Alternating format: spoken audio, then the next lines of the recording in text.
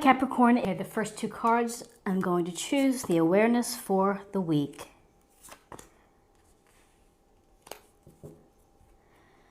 Okay, so we have the Eight of Pentacles, Earth element of Taurus, Virgo, Capricorn, and so here we have a sense of being dedicated and doing a great job. You have skill, you have ability, and you are focused. You're focused on the task at hand. So whether you're working hard on a project this week, or this is something to do with your work life and your career, or perhaps you're working on a relationship, you are doing so without distraction. And so you are taking the time necessary to do your best job. While sometimes hard work, some may say it's grunt-like, but sometimes people feel that it's it can be a stressful thing. If you are focused, and if you're focused on the outcome of what you're producing or what you're doing, then there is some sense of satisfaction in what you're creating, what you're building, what you're analyzing, writing, whatever it may be. But you certainly get a sense that the awareness for the week is the projects or whatever it is that you're really attending to and devoting your skill and your time and your desire to do a great job to. So interesting with the Eight of Pentacles, here's the next card in the suit, which is the Nine of Pentacles. The Nine of Pentacles represents this sense of independence and success, enjoying what you have worked for, and that you've worked hard, and that maybe along the way you've had to sacrifice, or you've had to, really devote yourself to what's going on. It looks like we have a peacock here, perhaps, or it's some type of blue peacockish type of bird. And we have the tiger. So in her garden, she has, I like the tiger in a tank, it's that she's mindfully taking care of this powerful animal. So within her garden, she has the things that are making her enjoy her life. There's also a sense of protection here as well, of privacy. But really, when I see the Nine of Pentacles, the first word that comes to mind is independence, of showing your independence, of doing what you need to do in order to gather and to gain your success.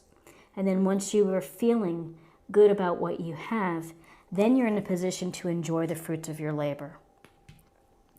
Okay, so now for the guidance for the week.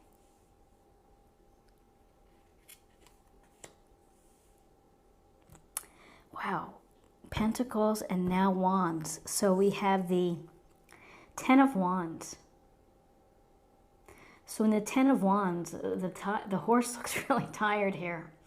The Ten of Wands can represent burden, feeling overwhelmed, feeling tired from feeling that you're having to do too much, that you have a lot of obligations, a lot of things to do, and perhaps it is the hard work ultimately may make you feel that you are overburdened and having to do too much.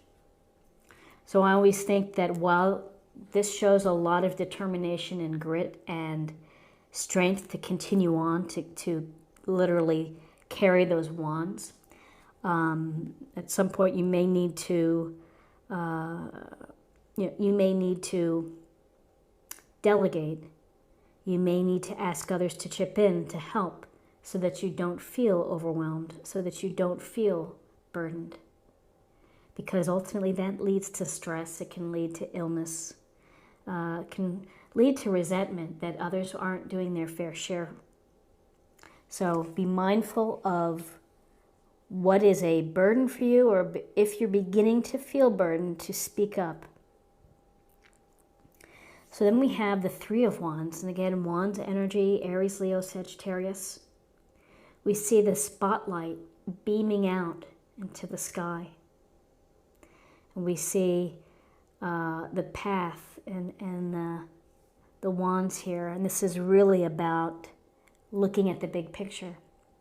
What are you going to be doing next? What is your next conquest? What's your next adventure? Is it travel? Is it creating a new business? An online business perhaps? Or is it manifesting a relationship? This is really the getting started with manifesting. So here you've been thinking about it, and thinking about it, now you're really trying to think about this long view.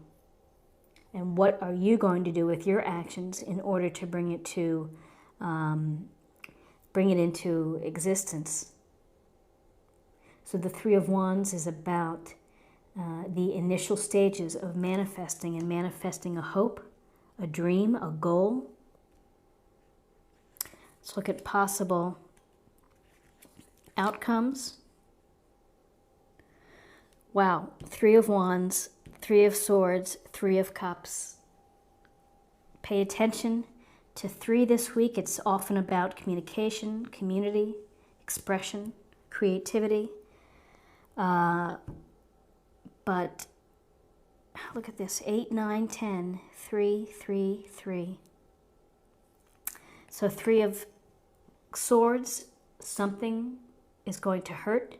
You're going to feel sad perhaps. Maybe someone has hurt your feelings. You can see the swords in her heart. Maybe someone, betrays you, wants to change things up in a relationship, and that hurts, or it stings, or it feels like you're being stabbed. But here, throughout all of this hard work and burden, there's an opportunity, and there's a possibility here for feeling hurt, for feeling disappointed, feeling at a loss. And again, we deal with these things by acknowledging the hurt. We don't let it consume us. There are times when we feel hurt, and some hurts are bigger than others. But ultimately, in time, we need to handle them, acknowledge them, and process them in order for us to move on. They're often life lessons. So from the hurt, it may be necessary for you to get with some friends to feel comfort, to feel good. This is the Three of Cups. The cups is water, emotions flowing, talking to your crew, your tribe, sharing, communicating, leaning on each other for support, getting back to basics of being appreciative for what you have in your life, counting your blessings. But this is a chance to have some light this week. But, I'm really quite interested in the sequence of numbers here. 8, 9, 10, 3, 3, 3. So I'd be curious of what you think about how these numbers are playing. So the other thing I would note for your reading, Capricorn, is that we don't have majors. We don't have swords. And that's what we are not seeing in this reading. So let's get a little more information. This is a meditation card or a focus area for the week.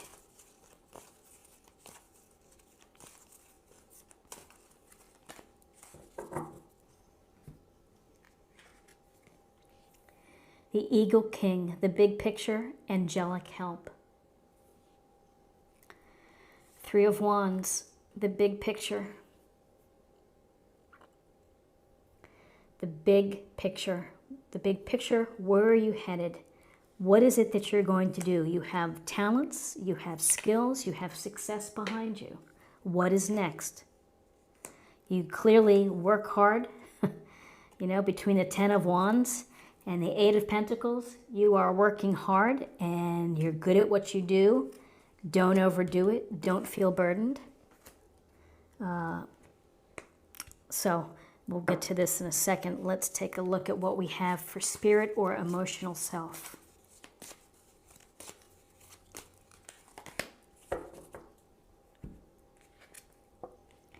Take a moment.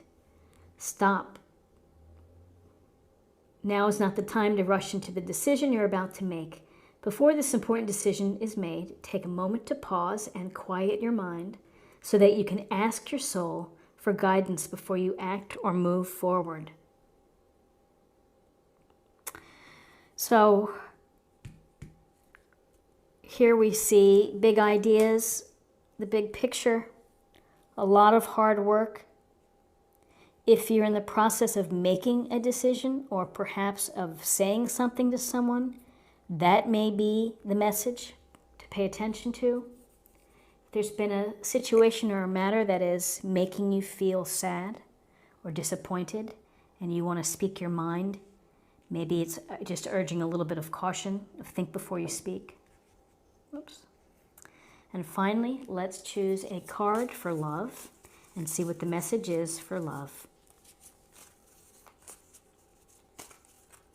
Just spread them out.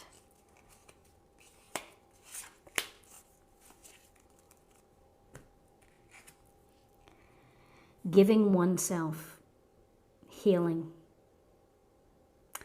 So giving oneself, again, I think about when I look at this illustration, I think of the big heart, the expressive big heart. So when you are giving of yourself, you allow yourself this, the possibility of getting hurt, the possibility of someone disappointing you. But it doesn't stop you from giving yourself. It doesn't stop you from hoping that the love turns out to be just right. And yes, in our relationships, in our interactions with people, we can get hurt. We can feel disappointed, let down. But in the first place, you have to be willing to put yourself out there. So Capricorn, a very interesting reading for you this week. I say that I'm going to be thinking about these numbers for a bit. So I hope that you have a great, great week. If you enjoyed this reading or found it helpful in any way, please subscribe if you haven't already. Like, share, or comment. It's always a great help. And I look forward to seeing you next week.